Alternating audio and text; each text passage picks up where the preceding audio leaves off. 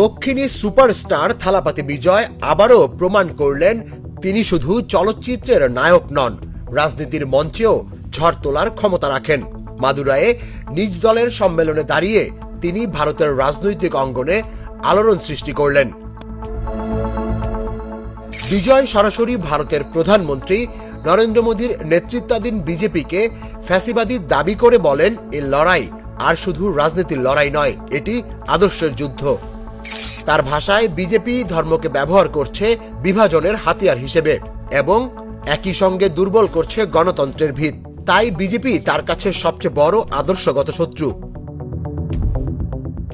বিজয়ের বক্তব্য নিয়ে সংবাদ সংস্থা পিটিআই, এএনআই থেকে শুরু করে হিন্দুস্তান টাইমস ও ইন্ডিয়ান এক্সপ্রেস পর্যন্ত সব বড় গণমাধ্যম শিরোনাম করেছে।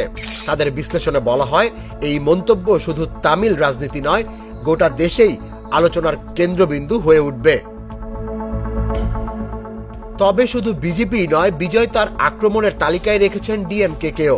তবে তিনি স্পষ্ট করেন, ডিএমকের সঙ্গে তার লড়াই রাজনৈতিক প্রতিদ্বন্দ্বিতার, আর বিজেপির সঙ্গে তার সংঘাত একেবারে আদর্শিক স্তরে।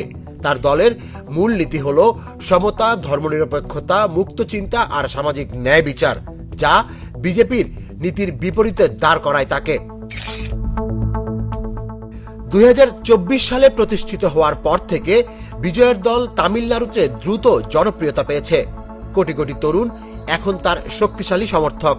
মাদুরাইয়ের সভায় সমর্থকদের উল্লাসে প্রতিটি বাক্য যেন দাবানলের মতো ছড়িয়ে পড়ছিল।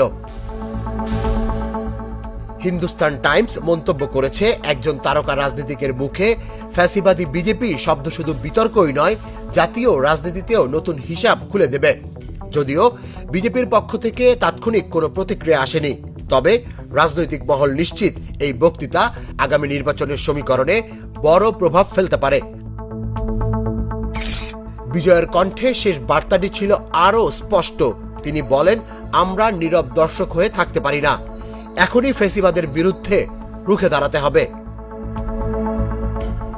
তার এই ঘোষণা যেন ভারতীয় রাজনীতিতে এক নতুন লড়াইয়ের সূচনা।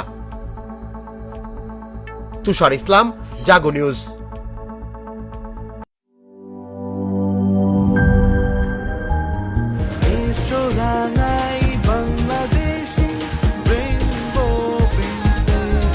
রেইনবো পেইন্টস, ছড়াও জীবনের রং।